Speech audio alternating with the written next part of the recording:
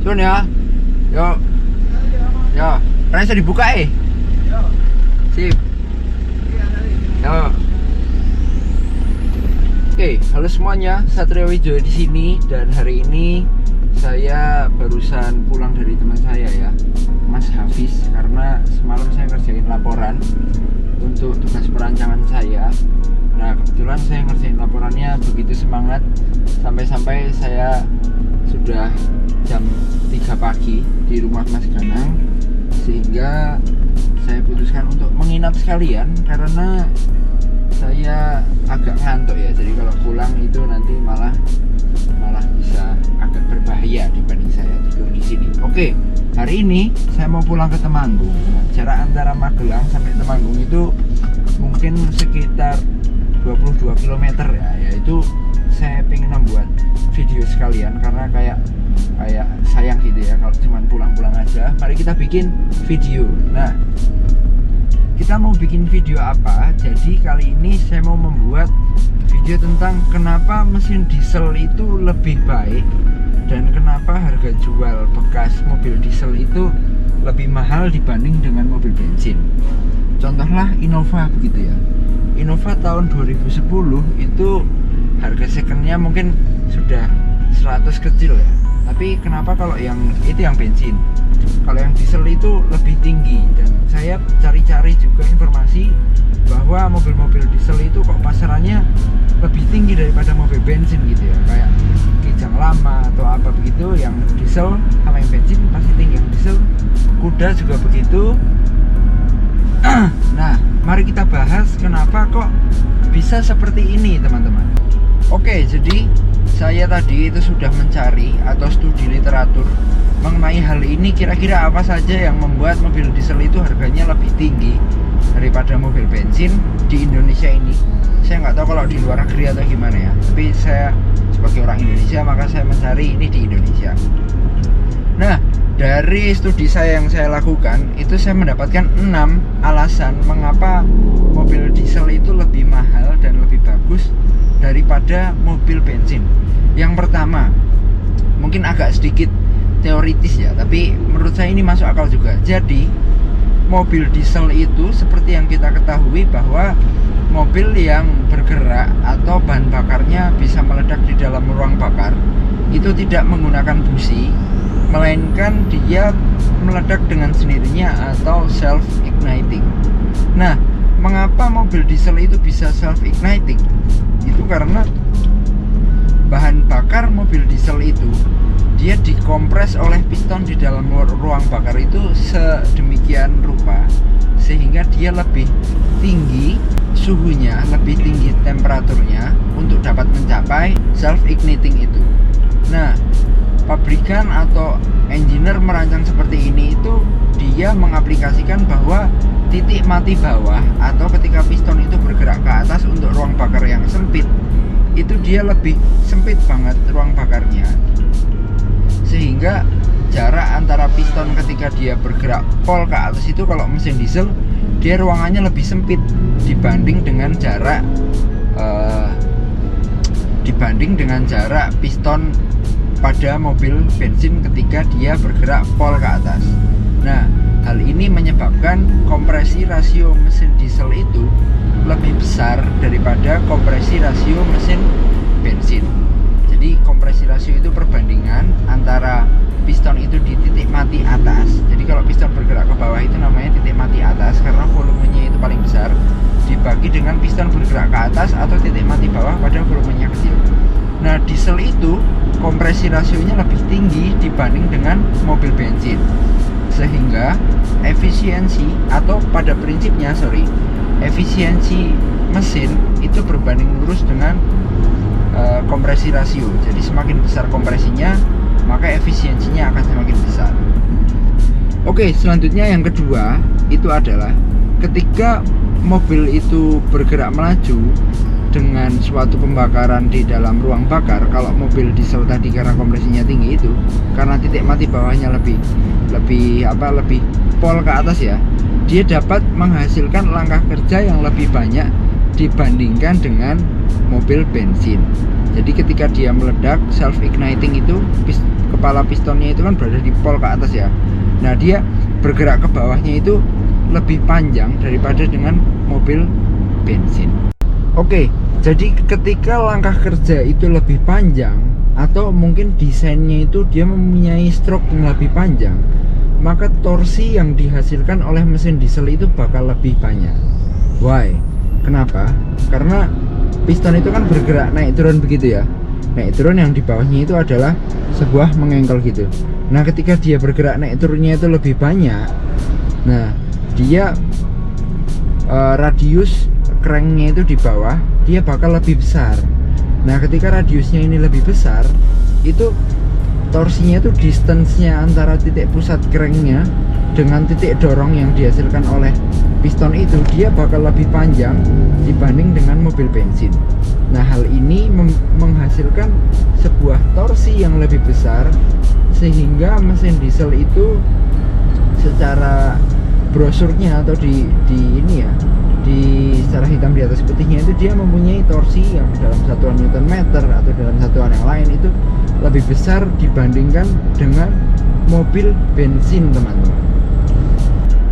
Nah, karena torsi yang dihasilkan mobil diesel itu lebih besar dibanding dengan torsi yang dihasilkan mobil bensin, maka kita dapat melaju dengan kendaraan kita pada kecepatan yang sama atau pada fungsi yang sama. Fungsi itu sebagai contoh, kita mau melaju segini gitu ya, itu sebagai fungsi, itu dia memiliki putaran rotasi yang bisa lebih rendah dibandingkan dengan mesin bensin, sehingga bahan bakar yang digunakan oleh mesin diesel itu lebih sedikit untuk jarak yang kita inginkan.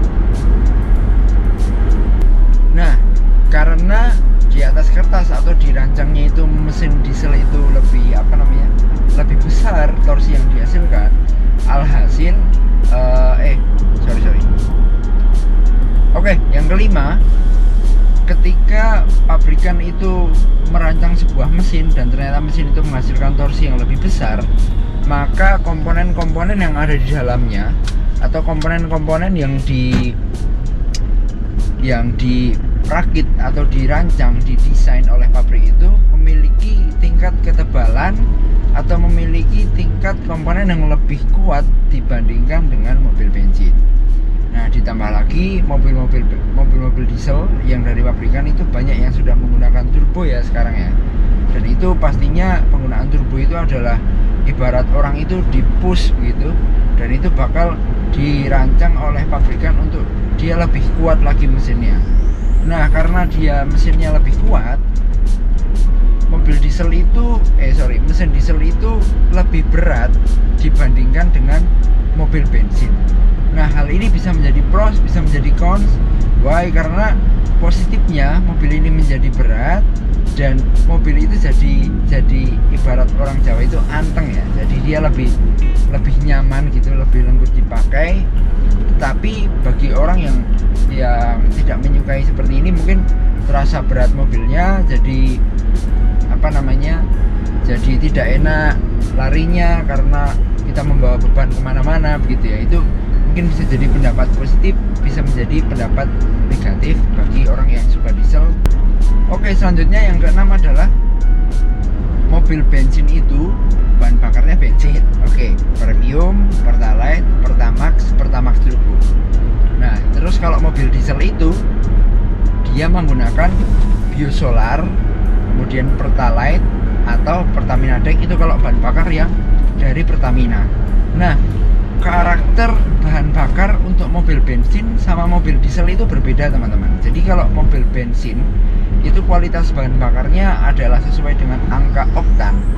Jadi angka oktan itu adalah angka yang menunjukkan seberapa sensitif bahan bakar itu meledak. Jadi kalau misal premium gitu ya, oktannya kecil, dia meledak lebih cepat dibanding dengan bahan bakar yang memiliki oktan tinggi.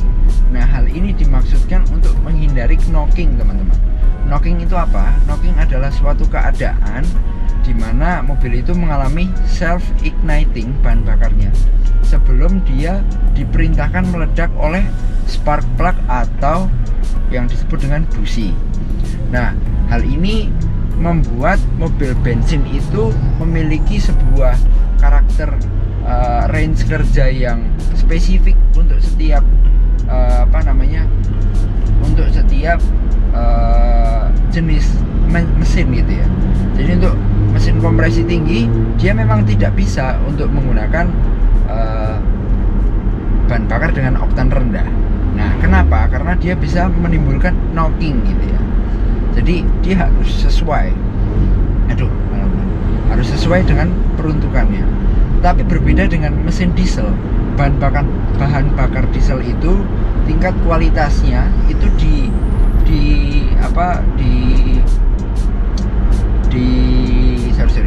berbeda dengan mesin diesel. Kalau mesin diesel itu kan pakai solar. Nah, solar itu dia dibedakan kualitas solarnya atau bahan bakarnya itu dengan angka setan dan juga kandungan sulfur dalam parts per million. Nah, jadi kalau angka setan itu dia semakin tinggi angka setannya, dia bakal semakin reaktif atau semakin cepat dia meledak dibandingkan dengan dibandingkan dengan bahan bakar solar dengan setan yang rendah.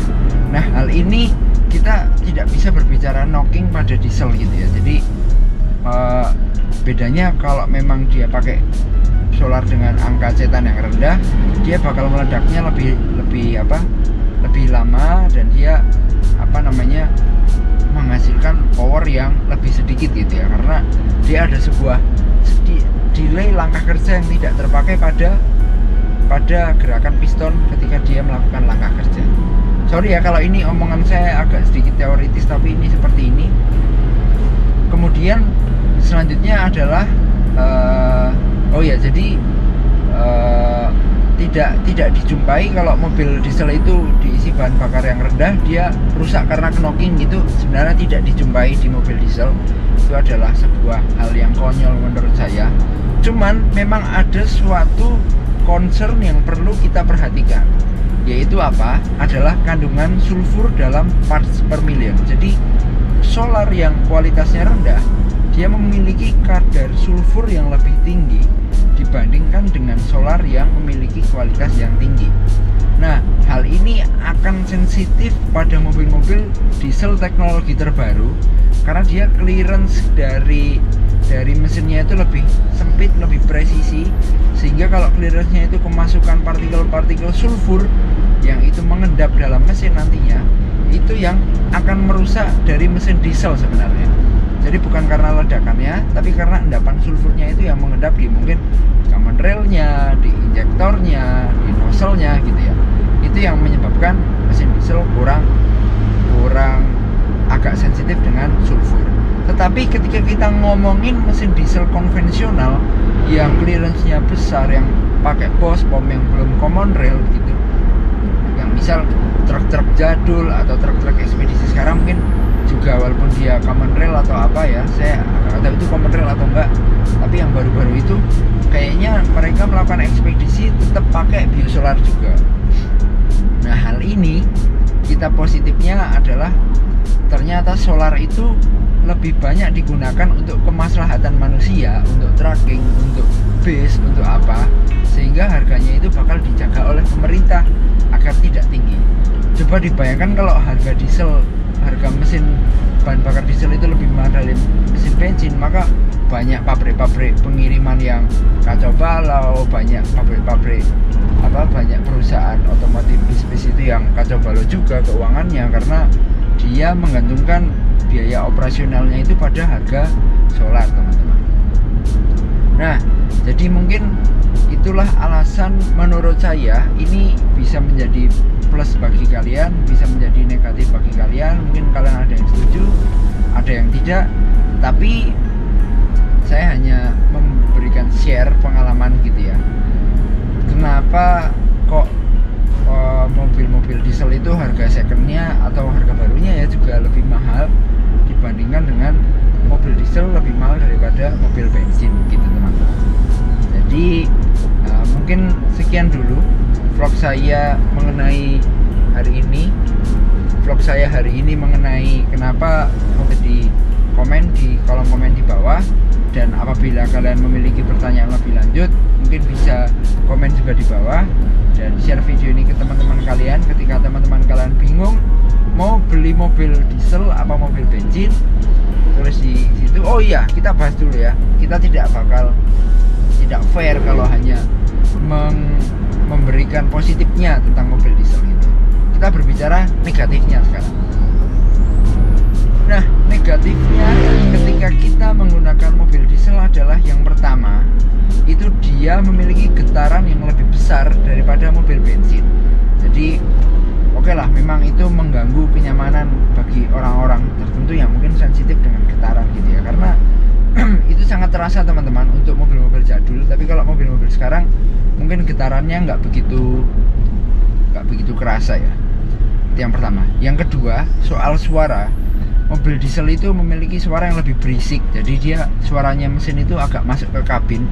Nah, itu mungkin bisa mengganggu juga bagi orang-orang yang mungkin sensitif ya dengan kenyamanan berkendara begitu. Nah, terus yang ketiga itu menurut saya yang tadi itu yang berat itu mobilnya jadi terasa berat. Ya bukan terasa berat, memang berat, sehingga kita terasa membawa beban itu kemana-mana ya, pergi ke sini ke sana membawa beban hidup yang berat, malah beban urip bosku. Saiki selanjut lagi adalah tentang sebuah karena mobil diesel itu range pakai RPM-nya itu sedikit gitu ya. Jadi kita kalau pakai mobil manual itu jadi sering ngoper-ngoper gigi. Nah, itu mungkin perlu adaptasi atau perlu driving behavior yang disesuaikan ketika kita menggunakan mesin diesel, teman-teman. Selanjutnya adalah memang ketika gas itu kita pencet gitu ya, ketika diinjek begitu pedal gasnya, mobil diesel itu tidak seresponsif mobil bensin. Jadi ketika kita mau overtaking atau mau nyelip gitu ya, itu agak sedikit sebuah kembali lagi driving behavior yang menyesuaikan lagi ya. Itu untuk mobil-mobil diesel jadul ya. Tapi kalau diesel sekarang kayaknya roso-roso juga ya. Pajero baru itu kita injek pedalnya lari juga ya. Ini geger itu punggung kita itu menempel juga ke jok ya. Jadi itu tidak masalah. Jadi ya saya sudah fair ya, sudah memberikan positif dan juga negatifnya. Tapi menurut saya tetap diesel lovers, teman-teman. Oke, mungkin sekian dulu vlog saya pada hari ini. Terima kasih yang sudah menonton. Jangan lupa untuk like, komen, dan juga subscribe dan share video ini ke teman-teman kalian supaya kita bisa sharing ilmu, sharing informasi, dan memberikan informasi yang tidak tahu. Nah, cuman kalau orang yang memang sudah lebih tahu, sudah lebih expert gitu ya, tolong bisa dikoreksi kalau saya ada kurangnya, atau bisa diberikan kritik dan saran untuk saya bisa membuat channel ini lebih baik lagi. Oke, mungkin sekian dulu. Satria Wijaya pamit. Salam safety driving, teman-teman. Dadah, mantap.